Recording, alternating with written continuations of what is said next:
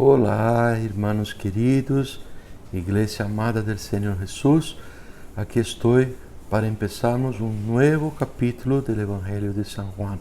Será el capítulo número 4 y a partir de hoy por la mañana los hermanos ya pueden encontrar en su WhatsApp la transmisión por grabación que hoy nos fue brindada en portugués por la hermana Sheila y también en español por nuestra hermana Dolly Jensen. Bien, aquí estoy entonces para desarrollar con ustedes una serie de informaciones que nos da la palabra de Dios. Padre Santo y querido, como simples instrumentos en tus manos, yo quiero, Señor, pedir un completo descanso para mi corazón, Señor, una libertad que nos da tu Espíritu Santo, porque quiero mirar solamente a ti, para agradar solamente a ti. Señor, protéjame de hablar alguna cosa que no está de acuerdo con tu voluntad. Protege el corazón del pueblo, Señor, para que sepa discriminar entre lo bueno y lo malo. Y, Señor, bendice, Señor, nuestra reunión hoy de Zoom, para que tengamos la alegría de ver los hermanos y seguir creciendo en el conocimiento de su palabra. En nombre de Jesús. Amén. Bien, hermanos, el capítulo 4 del Evangelio de Juan sigue con el mismo propósito que va a ser seguido a lo largo de todo el libro de Juan, que es de demostrar las cosas hechas por Jesús para que nosotros que vamos a estar conociéndolas, los que tienen el placer, el interés de conocerlas, estos podrán confirmar, basado en la persona de Jesús, sus hechos, que Él es realmente el Hijo de Dios, y creyendo así, entonces tenemos garantizada la vida eterna en su nombre. Nosotros vimos la semana pasada que Jesús tuvo una charla bien larga con este hombre fariseo por nombre Nicodemos.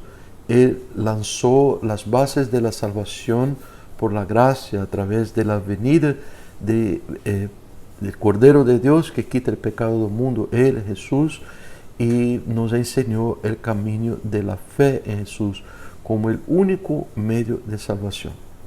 Bien, nosotros también contamos a los hermanos que este encuentro se dio durante aquella semana muy especial para el pueblo judío, que es la semana de la Pascua, 7 días de celebración, y Jesús vino desde el norte, a donde vivía, la provincia de Galilea, pasó por la provincia del medio, a donde se pasa nuestra historia de hoy, se llamaba Samaria, y vino al sur, que es la provincia de Judea. Bien, es posible hacer una cuenta de tiempo, y que yo no voy a hacer hoy por falta de tiempo aquí con los hermanos, pero estoy a su disposición si me quieren llamar, los que tienen una sed de conocer los hechos mejor. Pero es posible a través de una cuenta de tiempo concluir que Jesús, en su venida para la fiesta de la Pascua, durante la cual habló con Nicodemos, que Él acabó se quedando en la provincia de Judea, al sur, por cerca de 8 meses. Se quedó ahí Jesús. Una vez terminada la Pascua, la palabra del Señor nos enseña que después de esto, vino Jesús con sus discípulos a la tierra que significa aquí la región rural de Judea, y allí estaba con ellos, pasando de una ciudad para otro, predicando el reino de Dios más ciertamente, y también dice aquí el grupo, Jesús y sus discípulos, bautizaban. Juan también bautizaba en Enón, cerca de Salim, porque allí había mucha agua, una tierra de fuentes, y muchos venían y eran bautizados, porque Juan no había sido metido en la cárcel. Este será el fin del ministerio de Juan, cuando el perverso rey Herodes lo aprisiona, y Juan entonces degolado en la prisión, hechos sobre los cuales no vamos a hablar en profundidad hoy. Entonces ahora, entrando en Juan 4, nosotros leemos: por tanto, cuando el Señor Jesús supo que los fariseos habían oído que Él hacía y bautizaba más discípulos que Juan, aunque Jesús mismo no bautizaba, sino sus discípulos. Entonces Jesús, tomando el conocimiento de que los fariseos tenían una idea, que sus seguidores se amontaban a un número ya más largo que los seguidores de Juan, él salió de la Judea sur y partió otra vez con destino al norte, a donde fuera criado, en la provincia de Galilea. Y tenía que pasar por Samaria, que es la provincia del medio. Bien, hermanos, deja contar una cosa para ustedes. Nosotros vimos aquí una descripción de que Jesús, su grupo, sus discípulos bautizaban. Él mismo, Jesús, no bautizaba, pero sí su grupo. ¿Cuál será la razón? Uno se preguntaría, porque Jesús mismo no bautizaría, pero daba este honor para sus discípulos, esta función para sus discípulos.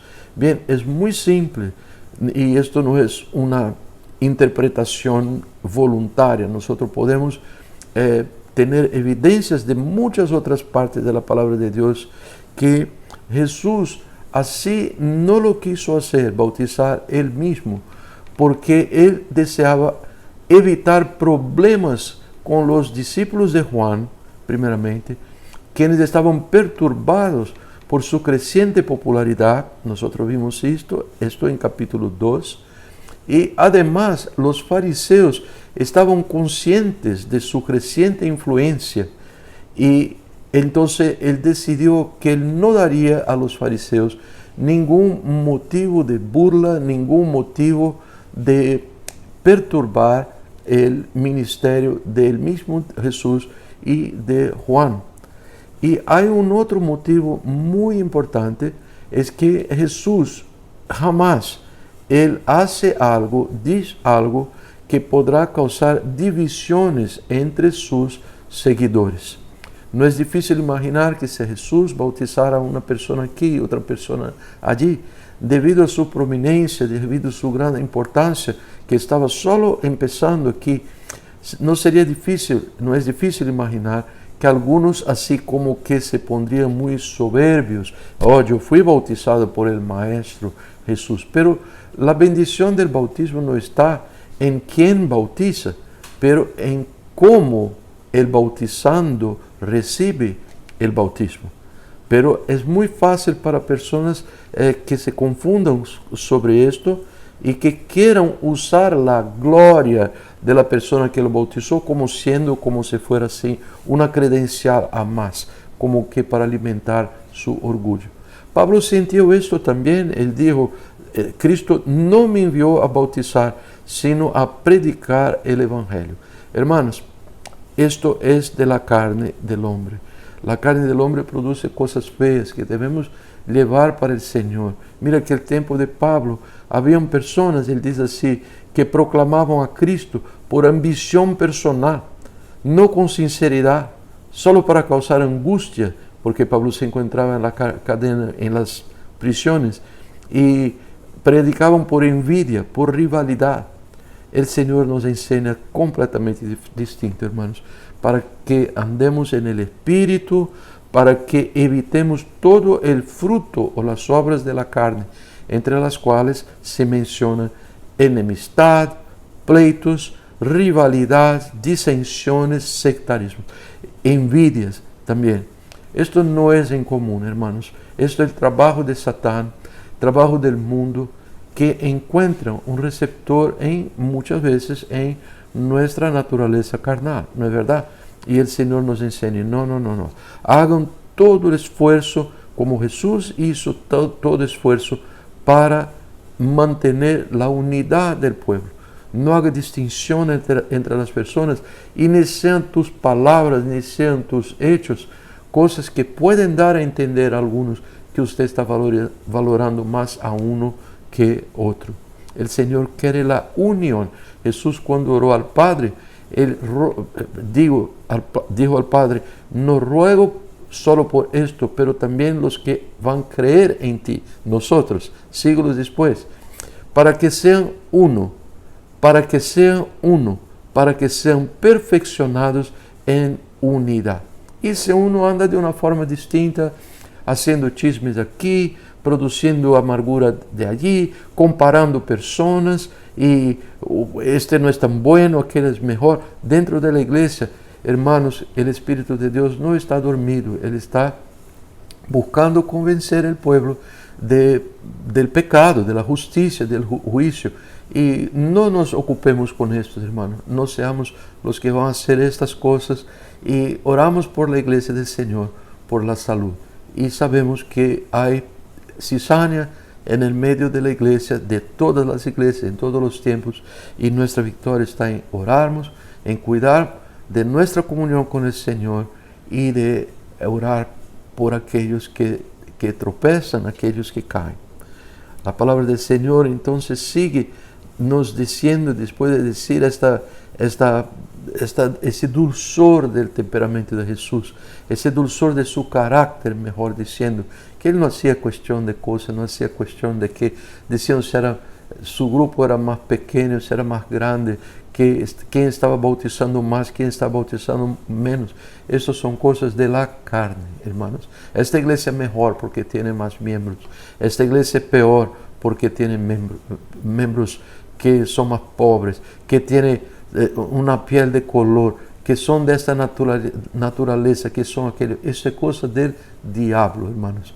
Vamos a ver que el Señor Jesús nos llamó para demostrar su amor irrestricto por todos los hombres, y su gracia nos capacita en hacerlo. Bien, en proseguimiento, hermanos, yo tengo que contar a ustedes un contexto histórico. Voy a ser muy breve, pero es necesario que usted sepa. Ustedes se recuerdan, yo dije que la tierra de Israel, Palestina, estaba dividida en 3 grandes provincias a los tiempos de Jesús. La provincia del norte, Galilea, a donde Jesús fue criado; la provincia del medio, Samaria; y la provincia del sur, que se llamaba Judea. Ahí se quedaban Jerusalén, los hombres que lideraban la religión judía, y así por delante, a donde se daban todas las solemnidades, las fiestas de la religión, a donde se guardaba la ley como con mucho fervor, a donde estaban los fariseos, los saduceos, los escribas, y toda con la vida religiosa, el pulmón religioso de la nación estaba en la Judea. Bien, entonces nosotros vimos que Jesús salió con destino de la provincia del extremo sur en dirección a la provincia del extremo norte. Lo que ocurre y que quiero contar a los hermanos es que algunos siglos antes de la venida de Jesús al mundo, como que alrededor de 6, 7 siglos, hubo una gran invasión contra la nación de Israel, que en este tiempo era una cosa única, unida, todas las 3 provincias. Y por cuenta de sus pecados, el Señor los envió los profetas que los advirtieron, y todo el pueblo no dio oído, y el pueblo fue llevado cautivo para Asiria, lejos de ahí, en dirección al oriente, y el rey de Asiria lo tuvo como esclavos, dejó un poco de pueblo viviendo en la tierra, esta tierra de Galilea, y trajo un pueblo de otros orígenes, que se mezclaron, que crearon templos y dioses, y hablaban una lengua distinta de los judíos. Eran como que un pueblo mezclado, un pueblo mixto. Y a medida que el tiempo fuese pasando, el pueblo del sur, él pasó a tener mucha hostilidad para con este pueblo galileo. Y el pueblo galileo, de contrapartida, tenía mucha hostilidad con el pueblo judeo. Me disculpe, yo digo Galileo, estoy diciendo samaritano, pueblo de Samaria, esta región, a donde los asirios invadieron y popularon con pueblos de otras naciones. Bien, esta rivalidad era muy seria, el tiempo será muy corto para que yo les dé ejemplos, pero muy común que hubieran toda suerte de rivalidad, de manifestaciones malas entre los habitantes. Bien, la palabra dice, Jesús tenía que pasar por ahí. Es un término así un tanto raro de entender, porque si Jesús quisiera evitar pasar por la tierra de sus enemigos de su pueblo, Jesús era judeo, él podría haber evitado. Existían en realidad para ir de Judea, donde Jesús estaba, hasta Galilea, al norte a donde él iba. Existían 3 estradas, una por el litoral, otra más para el oriente y otra que pasaba bien por el corazón de Galilea. Este que pasaba por el corazón de Galilea era la estrada, disculpe, el corazón de Samaria, gracias Débora. Esta que pasaba por el centro de la tierra de Samaria era la distancia más corta, pero la palabra de Dios nos enseña que Jesús tenía así como que una urgencia de usar esta ruta. No son pocos los comentaristas piadosos que creen que esto fue como si fuera que Jesús tenía un compromiso divino de pasar por la ciudad, por la provincia de Samaria. Porque ahí él vino a encontrar con esta señora sobre la cual voy a les contar, la mujer samaritana. Y Jesús, como la palabra dice, él necesitaba pasar por ahí.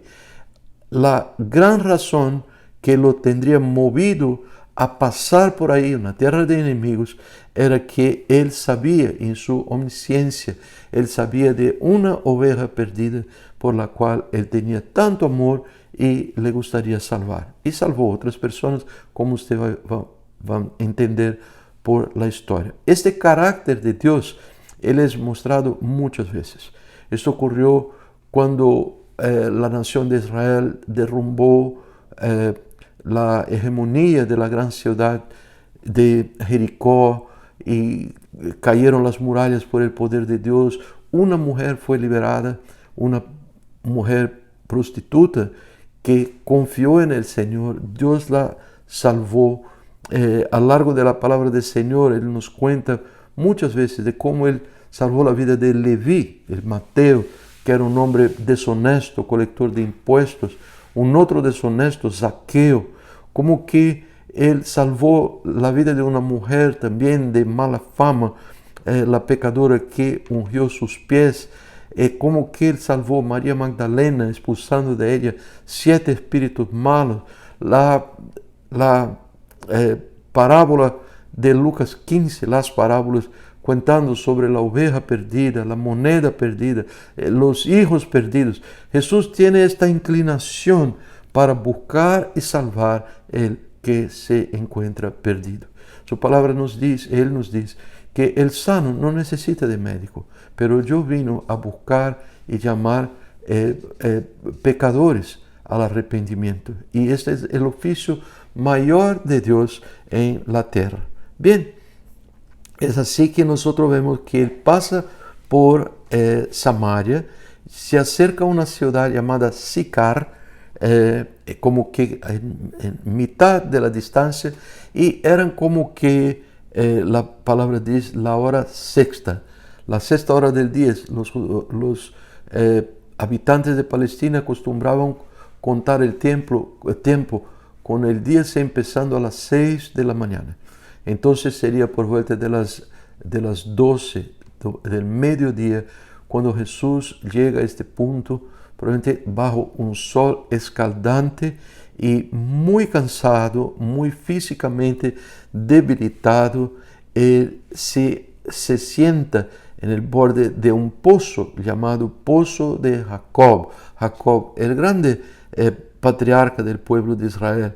Y Él nos da la ubicación de este pozo a donde se sentó Jesús, allí al mediodía.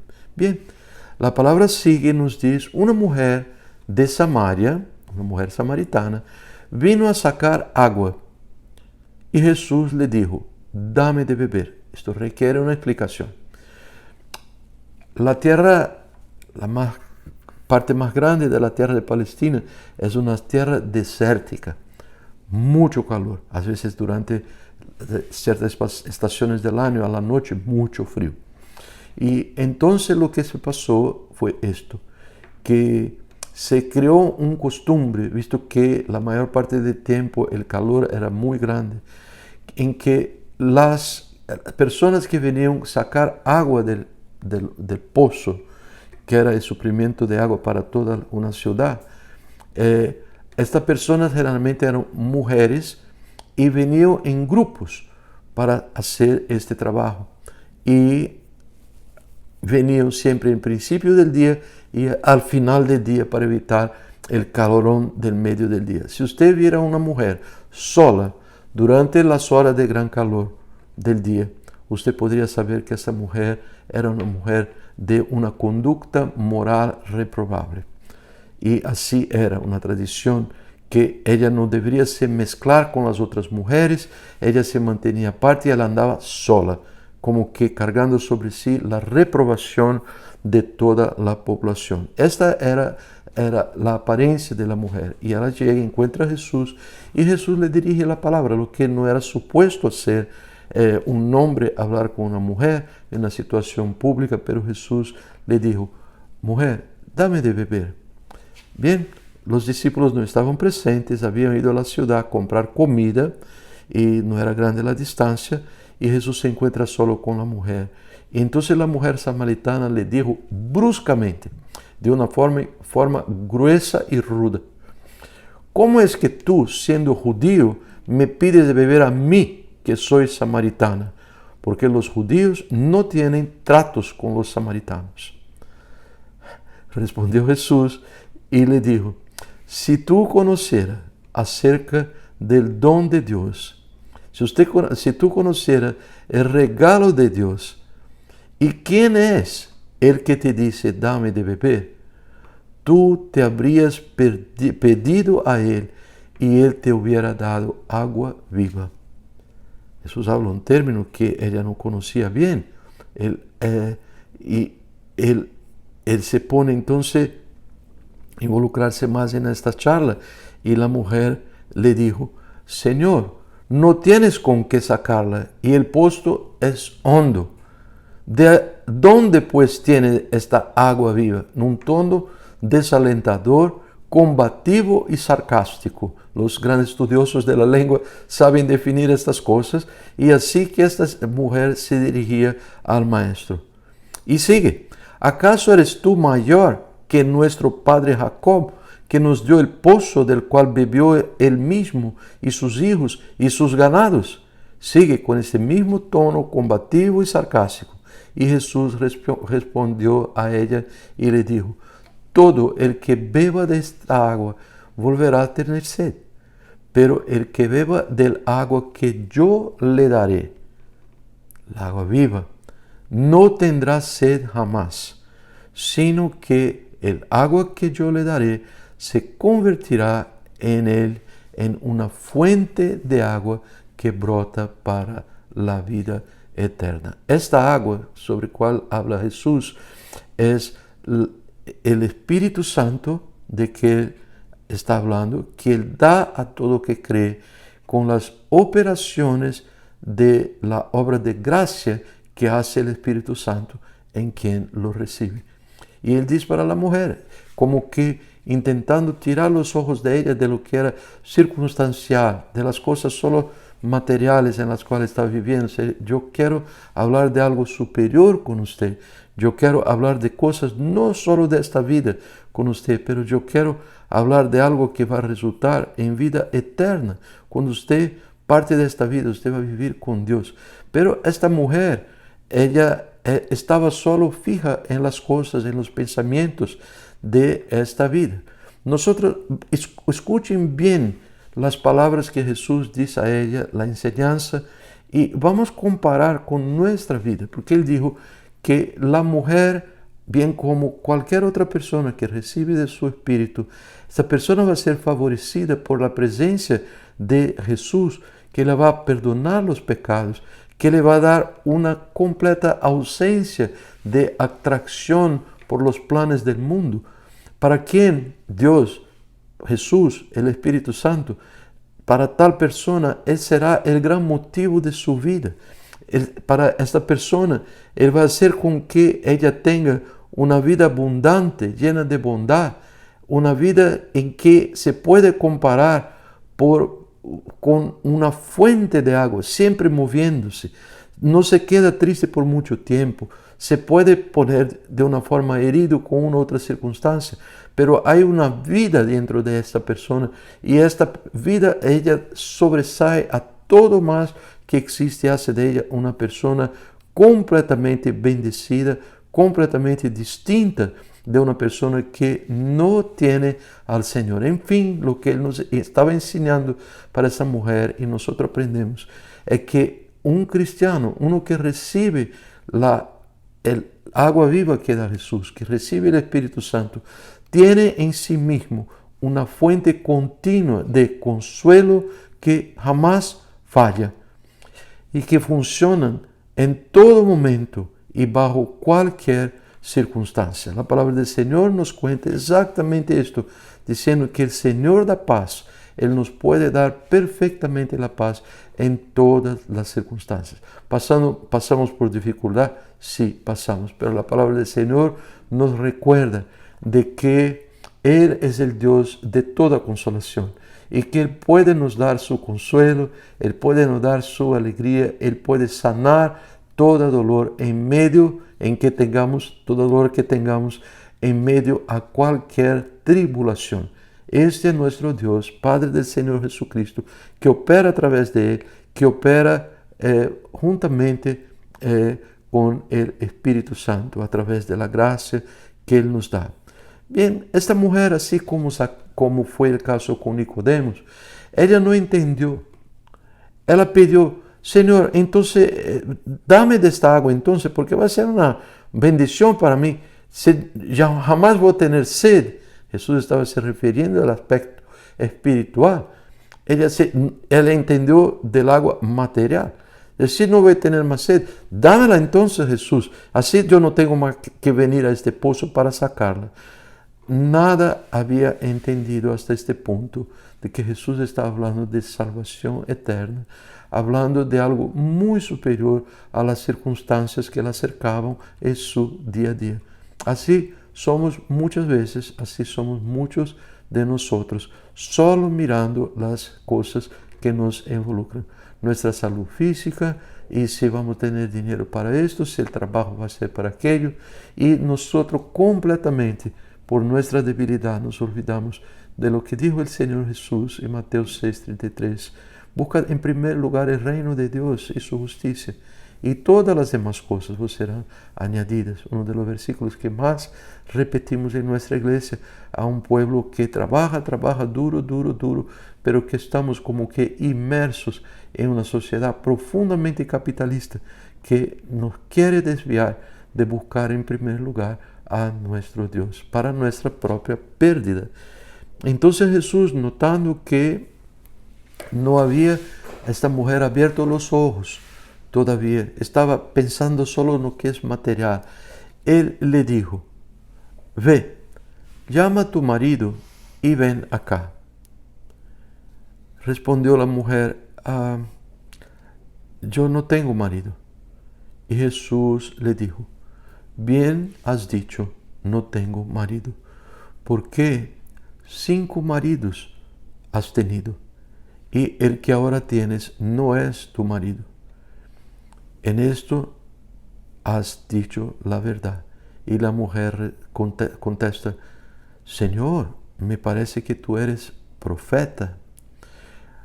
Hermanos, es el camino. Una persona que no se ve, no se considera pecador. El trabajo de Dios, el trabajo del Espíritu Santo, el trabajo de uno que está en la obra de evangelización, es usar de esta misma gentileza, paciencia que usó Jesús, para que se abran los ojos de la persona, para que la persona perciba su condición de pecador y la condición de que el pecado lleva a la muerte eterna.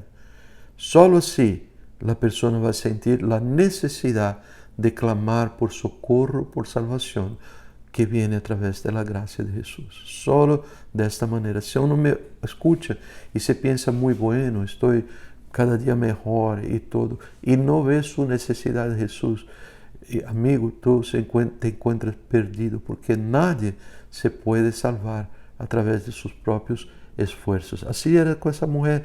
Él dice, va a buscar su marido en profunda gentileza con ella, como que para provocar la apertura de sus ojos, porque la verdad sobre ella no era muy bella. No es que ella había sido viuda por 5 veces, no. La condición que está aquí implícita es que esa mujer fue infiel en sus matrimonios, o tal vez tenga huido de sus maridos, y o sea, cual sea el motivo, pero ella era una mujer de una vida muy inmoral en el presente momento, como dice Jesús. Esta persona con quien usted vive ni siquiera es tu marido. Ella vivía una situación de adulterio. Esta era la mujer samaritana. Y esto fue de impacto para ella. Y como que empieza a abrir los ojos y ella percibe, este hombre, él sabe tanto sobre mí. Y probablemente Jesús le dijo más cosas, porque después, cuando habló con sus conciudadanos, ella dijo, este hombre ha dicho todo lo que yo he hecho en mi vida. Quiere decir que esta charla del Señor Jesús no fue completamente registrada por Juan. Y Jesús, por su gran poder de conocer el interior de la persona, Él da esa revelación sobre ella y ella percibe. Entonces se despierta en ella un interés genuino. Y él habló de ese interés a través del conflicto por el cual ella estaba pasando. ¿Qué conflicto es este? Bien, ella acaba de ver, de oír, a través de un hombre del pueblo judío, enemigo de su pueblo, él contar cosas maravillosas sobre la redención de Dios. Pero ella había sido criada, había sido doctrinada con las leyes de los samaritanos, de cosas muy distintas de lo que Dios había dejado para ella. El Señor había enseñado, por ejemplo, que debería adorar en Jerusalén. Ella dijo, aprendió de los samaritanos a adorar en el monte Gerizim, ahí cerca de donde estaba. Había un otro templo y muchas otras cosas. Entonces ella dice, Jesús, en última análisis, ¿a dónde es que yo debo adorar entonces? ¿Cómo está? Y Jesús enseña para ella que la ley Dios la dio a los judíos. Pero la cosa más importante que le dijo el Señor fue esto. Se nos va a llegar un tiempo, mujer, en que esto no tendrá ninguna importancia a dónde uno va a adorar. Sea en este monte Gerizim, sea en Jerusalén, esto no tiene importancia, porque en la realidad Dios está buscando por adoradores sinceros, adoradores que lo adoren en espíritu y en verdad. Déjame decir en pocos minutos cuál es el significado de esto. Todos nosotros que somos hijos de Dios somos llamados a alabarlo, a hacer de la alabanza una de las cosas principales de nuestra vida, sino la principal, alabando al Señor, pero hacerlo de una forma sincera, en espíritu y en verdad. En espíritu quiere decir en contraposición a la carne, en dependencia del espíritu. O sea, alabar a Dios, adorar a Dios en espíritu quiere decir alabarlo con la fuerza, la motivación, la alegría renovada que solo Él nos puede dar. Y poniendo delante de Él a nuestro espíritu completamente disponible para que Él nos use para su trabajo, poniéndonos nuestros dones, nuestros talentos, o este momento que dedicamos al Señor, como siendo nuestro culto racional al Señor, para adorarlo completamente, pidiendo a Él que sondee nuestros corazones y nos transformen y nos tornen personas semejantes a Jesús. Esto es adorar en espíritu y en verdad. Me gustó esto que dice un autor que me gusta mucho, cristiano, dice, los que enseñan el Evangelio, digo los pastores, los diáconos, los maestros de escuela dominical, todo, ellos no serán oficiales fieles, menos que adoren al Señor con integridad, quiere decir en espíritu y en verdad. Pueden ser excelentes maestros, pueden ser excelentes hacedores de cosas buenas, lo que sea, pero si no hay adoración al Señor, si no hay la alegría de prostrarse y adorar al Señor, de nada existe en sus actitudes que sean de valor a los ojos de Dios. Entonces la mujer dice, bien, vamos a ver qué dice el Mesías sobre esto. Y Jesús hace algo que muy pocas veces él dijo. Él dice, mujer, yo soy el Mesías. ¿Sabe que no era costumbre de Jesús decir que él era el Mesías, el Hijo de Dios, el Hijo del Hombre? No. En muchas ocasiones en los evangelios, cuando le preguntaron, él se callaba, él como que daba así con la cabeza. Él nunca propagaba públicamente quién él era. Así fue en respuesta a las indagaciones de los judíos, de los fariseos, del Sanedrín, de Pilatos, de Herodes, de todas las personas. Jesús nunca fue así con palabras fuertes. Yo soy el Cristo, yo soy el Mesías. No, él ocultó para que por sus obras las personas pudieron llegar a esta conclusión, arrepentirse de sus pecados y pedir a Él el perdón y la salvación. Para esa mujer, por alguna razón, Él hizo de una forma muy distinta. Esta mujer pobre, una mujer de una mala vida, una mujer discriminada en su sociedad, ella oye del Salvador estas palabras: yo soy el que tú buscas. Yo, Jesús, yo soy el Mesías. Bien, esa mujer dejó aquel sitio, dejó de lado. Ese es mi perrito, ya estamos terminando, está me avisando que está en la hora de terminar. Y él dice, esa mujer sale, deja su cántaro en el pozo y va a buscar, va a contar en la villa a donde ella vivía acerca de Jesús, que había dicho todas las cosas de su vida. El capítulo 4 estará siendo dividido en dos partes. Hoy estamos encerrando por aquí y en la semana que viene nosotros vamos a encerrar todo el capítulo contando cómo Jesús sanó el hijo de un oficial del rey Herodes. Por hoy el Señor pueda bendecir nuestros corazones y vamos a encontrar en poco con el pastor Jonás en la dirección de las preguntas y respuestas por el Zoom. Dios los bendiga a todos.